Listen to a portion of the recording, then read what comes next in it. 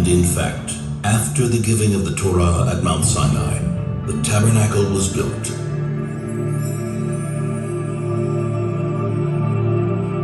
The tabernacle is a portable, temporary temple. But for 39 years, it accompanied us in our wanderings through the desert, taken apart and reassembled again and again. After entering the Holy Land, Joshua established the tabernacle in Shiloh. The Shiloh tabernacle is built of a stone foundation and wooden beams, and covered by layers of fabric, a combination symbolizing the transition from a temporary tabernacle to a more permanent one. Shiloh is to be the dwelling place of the Shekhinah, the divine presence, the holiest site for the Jewish people for 369 years. The tabernacle was comprised of two main parts, the courtyard and the tabernacle tent. The tabernacle courtyard was rectangular, 100 cubits in length by 50 cubits in width, about 50 meters by 25 meters. In the heart of the courtyard stood the altar, made of wood overlaid with copper. On it burned the eternal fire, on which sacrifices, meal offerings, and wine offerings were made every single day. Since it is forbidden to ascend the altar by stairs, the Kohanim, the priests, ascended by a ramp. Before the Kohanim begin the tabernacle service, they would purify their hands and feet in the copper laving basin which stood between the altar and the tabernacle tent. It is said that when the contributions for the tabernacle were collected in the desert, all the women donated their copper mirrors from which the laving basin was made. First thing in the morning, the Kohanim entered the tabernacle tent, the sanctuary, for the day's service. Twice a day, they burned incense on the gold-plated incense altar. A blend of 11 special spices, which were placed on the coals, and whose wonderful perfume wafted far into the distance.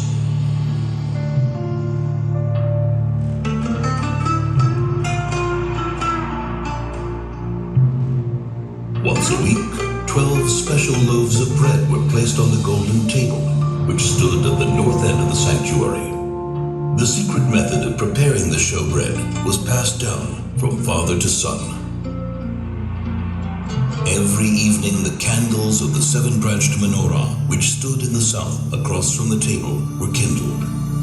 The menorah was made of a single piece of solid gold and ornamented with flower-like cups, buds, and blossoms. At the tip of every branch was a receptacle into which pure olive oil was poured. Ever since, the menorah has been one of the symbols of the Jewish nation.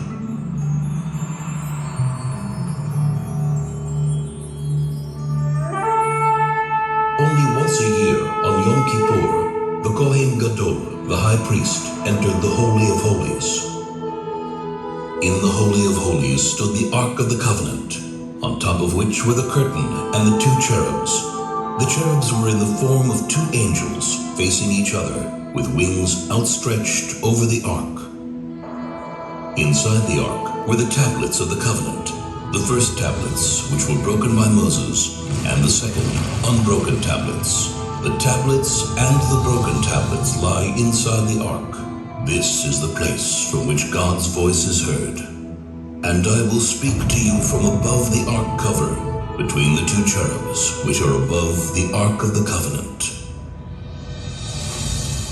The tabernacle is a place of meeting, where man meets himself, where man meets his brothers and his people, where man meets his Creator.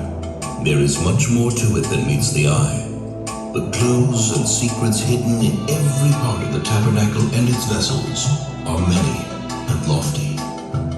For 369 years, the tabernacle dwelt in Shiloh until the city was destroyed by the Philistines. It then wandered until Solomon built the temple in Jerusalem.